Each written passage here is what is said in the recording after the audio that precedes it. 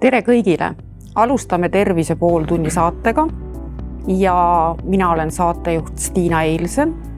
Täna räägime ühest salakavalast haigusest. See on haigus, mis võib organismis pesitseda mitmeid aastaid, ilma et ta millegiga endast märku annaks. Aga siis teeb tervisele tõsiselt kahju. See on kõhuaordi aneurüsm. Ja meil on stuudios veresoonte kirurg doktor Priit Põder ja Ivari Ilja, kes äsja on läbinud operatsiooni. Doktor Põder, mis haigusega siis tegemist on? Suured tänad kutsumast saatesse. Põhimõtteliselt kõhuaort on kõige suurem veresoon, mis algab südamest ja jõuab siis jäsemetesse ja kõhuaordi sein võib laieneda ja laienemisega kaasneb oht, et see sein võib minna katki. Ja juhul, kui kõhuaordi osa, mis jaguneb 8 niudarteriks antud mudeli peal on siis 3D prinditud ühe haige veresoone mudel, siis võib olla see eluohtlik situatsioon. Et selleks, et seda kõhuaorti ravida, on vaja leida õigeaegselt need patsiendid üles ja planeerida seda ravi. See näeb välja nagu kunstiteos. No see on selline siis veresoonte mudel, mis veresooned on looklevad ja veresooned on hargnevad ja veresooned looklevad meie kehas erinevates konfiguratsioonides. Et selle tõttu ka selline mudel.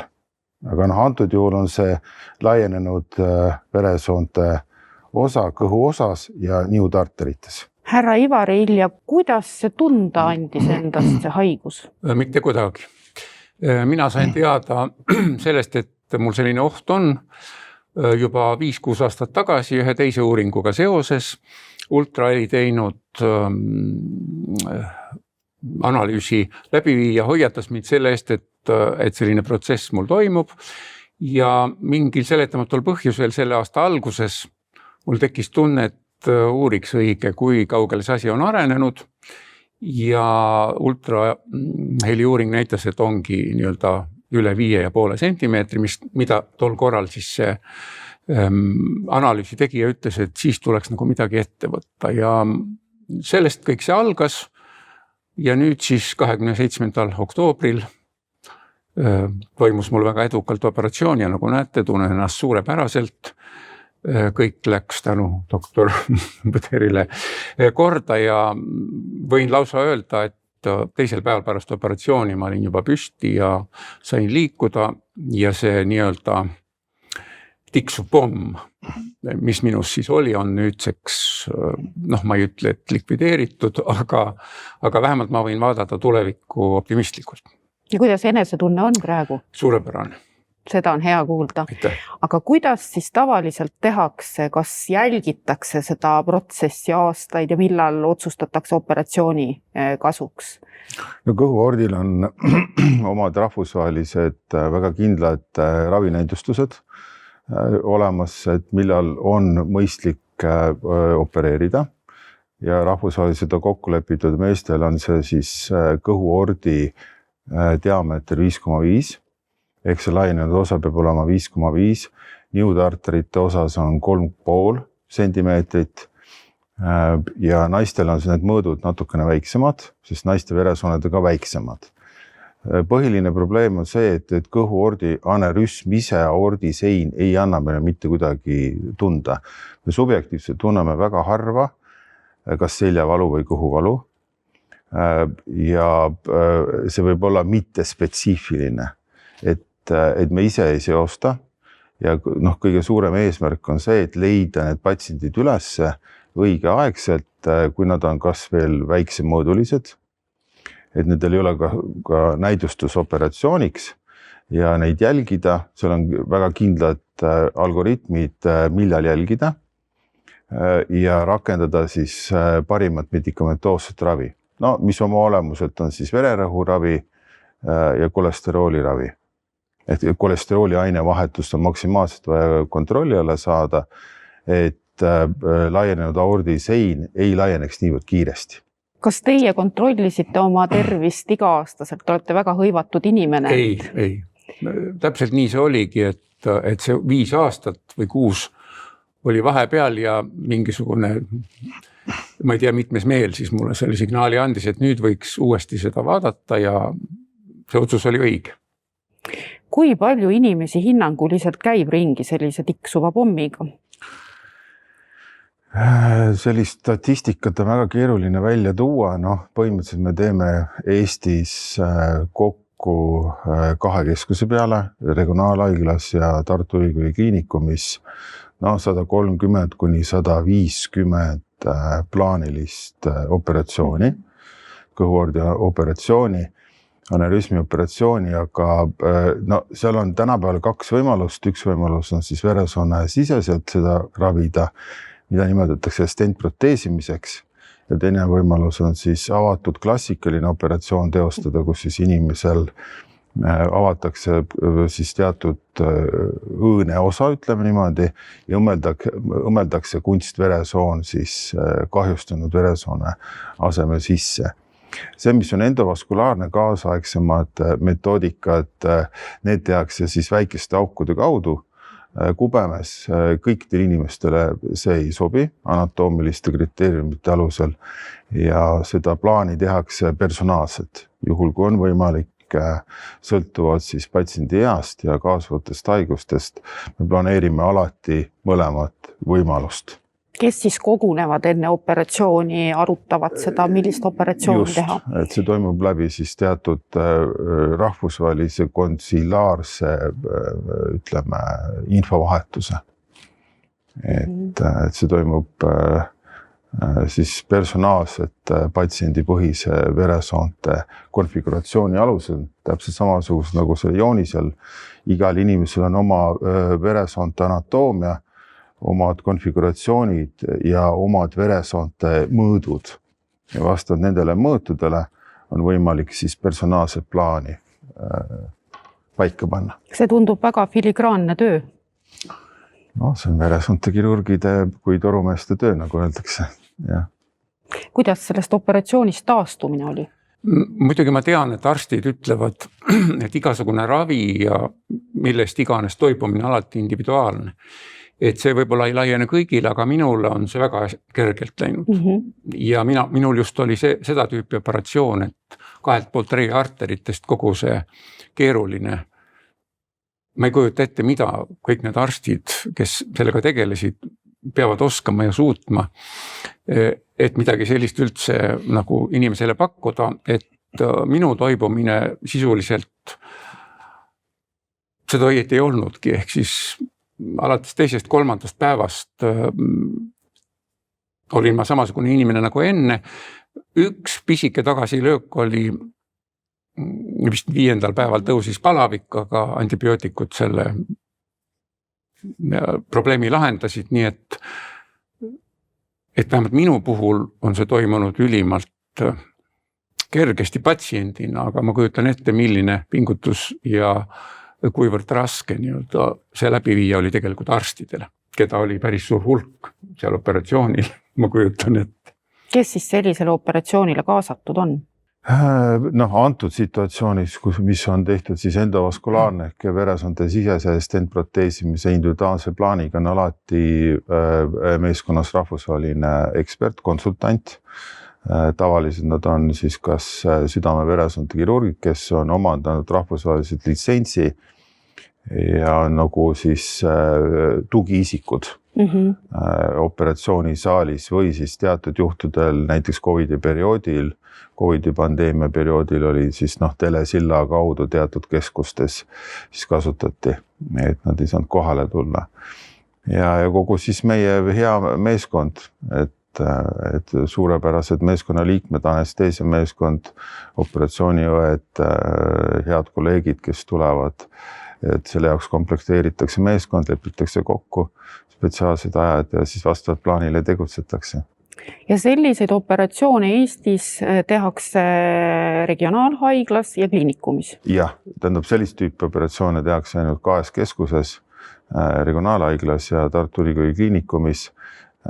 Meie ambitsioon on olnud juba aastaid, et me teeme ka keerukamaid variante läbi rahvusvahelise meeskonna, et ikkagi saadetakse regionaalhaigla veresoonte kirurgiasse üle Eesti patsiente. Meil on väga vedanud, et meil selline kompetents siin väikses Eestis on olemas. Aga mis need põhilised riskitegurid on, et kui tahaks vältida seda operatsiooni, et kas siis annab üldse midagi teha? Teadusuuringute alusel on riskitegurid on meessugu, 65+ vanuses mehed, kolesterooli ainevahetuse häire, ravimata vererõhk ja suitsetamine. On olemas teatud geneetilised sündroomid, mis on harva esinevad, aga kui me räägime sellise elu jooksul välja kujunenud aordi seina nõrkusest, siis on seotud peamiselt nendest kombinatsioonidest. On palju teadusuuringut, kus kirjeldatakse, miks see veresoone sein, mis pulseerib, aordi sein muutub aja jooksul nõrgemaks, aga ega täpset põhjust veel siiamaani ei ole teada. Kõige suurem eesmärk oleks see, et juhul kui me ka leiame selle mõõdukalt laienenud veresoone, et me ei pea teda opereerima ja juhul kui ta suureneb sellisesse vahemikku, et tal on risk katki minna, siis on õigeaegselt vaja plaanilises korras opereerida. Sest juhul, kui ta katki läheb, siis selle situatsiooni suremus rahvusvaheliselt on 85–90%.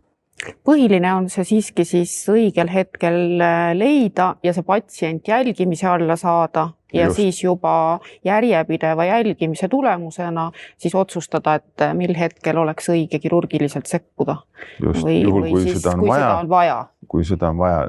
Ütleme teadusuuringute alusel, ma toon näite, kui kõhuort on seal 3,5 või 4 sentimeetrit diameetris ja patsient on 70-aastane, ta saab maksimaalselt korraliku konservatiivse medikamendoosse ravi, siis 1-2 millimeetrit aastas see aort võib suureneda, siis võib juhtuda, et elu jooksul ei olegi vaja seda kõhuorti ravida, juhul kui näiteks.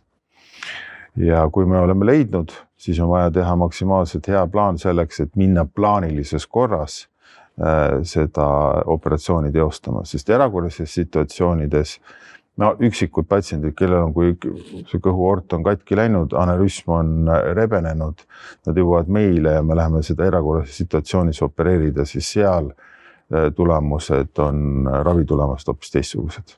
Ja. Kas enda tuttavatele olete ka nüüd soovitanud, et kontrollige oma tervist?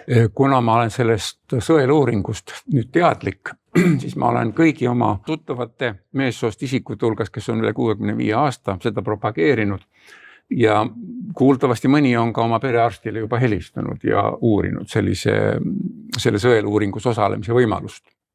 Jõuamegi sõeluuringuni, et tegelikult on hea uudis, alates 2025. aastast on olemas sõeluuring, kellele see mõeldud on ja kuidas sinna siis saab osalema minna.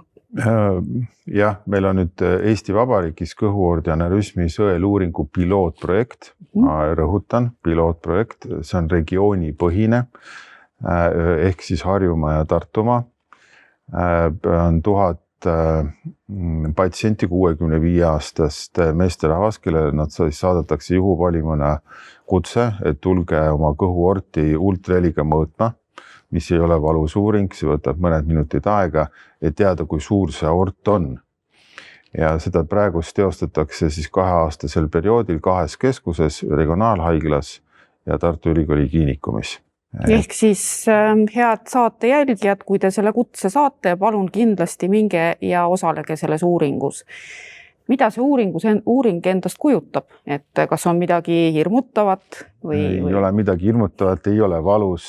Seal toimub õdekoordinaatori vestlus, mõningate dokumentide ja dokumentide täitmine, informatsiooni vahetus ja siis radioloog võtab kõhu paljaks, paneb kiili peale ja ultraheliandur asetatakse kõhu peale ja mõõdetakse kõhuordi diameetrit, mis on siis valutu uuring ja ei ole organismile kahjulik. Ja vastuse saab ka kiiresti teada? Vastuse saab ka kiiresti teada, et see tuleb digisüsteemi ja juhul, kui on anerüsm leitud, mis vajab ravi, siis ka juba suunatakse eriala spetsialisti juurde ja juhul, kui ta on siis mõõduka suurusega, siis ta jääb jälgimisele. Ja see on rahvusvaheliselt kokku lepitud kindel ajaline siis intervall, mille järgselt vaadatakse siis, kas ta suureneb, on ta samasugune. Et see antakse ka samasugused tead. Aga see on pilootprojekt, see on oluline sõnum. Mis see siis tähendab täpsemalt? See tähendab seda, et 2 aasta jooksul tehakse siis 2 suures keskuses uuring ja järgmise aasta lõpus toimub siis analüüs ja otsus, kas kõhuordi anerüsmi sõeluuring muutub riiklikuks uuringuks. Ja inimesed ise saavad kaasa aidata osaledes seal aktiivselt? Ütleme, et see on väga kindla algoritmi alusel tehtud uuring, aga tänava pealt ta täitsa nagu sinna uuringu kabinetti sisse astuda ei saa, et selle jaoks peab olema 65 mees ja kutsega, et siis saab tulla uuringule, et kõik on teretulnud, kellele see kutse on tulnud ja palun tulge uuringule. Aga ma ütleks, et ka ilma kutseta tasub kindlasti ultraheli uuringul käia. Täpselt. Ma just tahtsingi ka ise küsida, et tegelikult me rõhutame siin meesterahvaid, aga ilmselt esineb seda haigust siiski ka naistel. Et mida siis naised saaksid ära teha? Jah, tähendab, selles mõttes naistel on 6 korda vähem seda haigust. Väga sageli leitakse, meil on hea koostöö radioloogidega, ükskõik mis põhjusel on see siis seljavalu või mingi sapipõie põletiku kahtlus ja tehakse ultraheli uuring või ka kompuutriuuring või ka magnetresonantstomograafia uuring ja seal on ka veresoonet näha. Kaasa arvatud kõhuordi diameeter on võimalik mõõta. Ja juhul, kui ta on suurenenud, siis kirjutatakse alati sinna kokkuvõttesse kommentaar, et soovituslik siis konsultatsioon juba veresoonte kirurgiga eriala spetsialistiga. Et see süsteem meil töötab ka väga hästi. Et niimoodi meil patsiendid laekuvad, sest ta on valdavalt asümptomaatiline, me ei tunne seda ise. Täpselt, et aastaid võib niimoodi liikuda ringi, kuni ta lõpuks teeb kurja. Aga perearst on siis üks selline õige inimene, kelle poole pöörduda või? No kui meil on kahtlus või on meil perekonnas näiteks teada olevat lähisugulastel see kõhuordi anerüsm olemas, siis on mõistlik see uuring ära teha. Ma ei saa seda propageerida, kui pilootuuringusse tulge osalema, kui teile seda kutset ei ole tulnud. Aga saab ju siiski tulla ka väljaspoolu sõeluuringut, kui on ikkagi see tunne. Absoluutselt, jah. Mis need soovitused nüüd oleks ka teistele inimestele lähtuvalt enda kogemusest? Väga raske on soovitusi anda, aga ma ikkagi soovitaks siis tunda võimalusel huvi selle vastu, mis inimese sees siis toimub.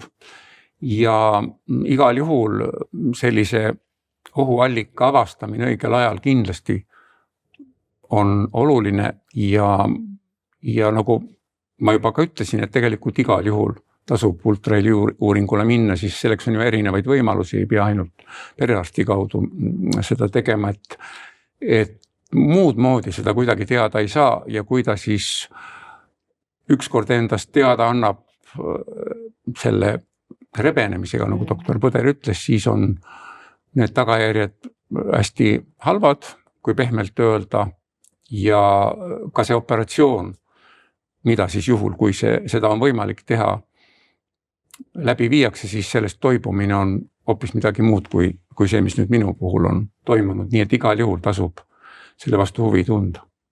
Teil tundub olema väga hea huumorimeel ja selline positiivne ellusuhtumine, et kindlasti see aitab ka paranemisele kaasa. No selles ma nagu kindel ei ole, aga üks asi, mida elu on mulle õpetanud, ja millest mul on alati olnud kasu ja olen selle eest väga tänulik, ma olen alati arste usaldanud ja soovitan ka kõigil teistel seda teha, et igatahes arstid annavad alati endast selle kõige parema, et patsiendi aidata ja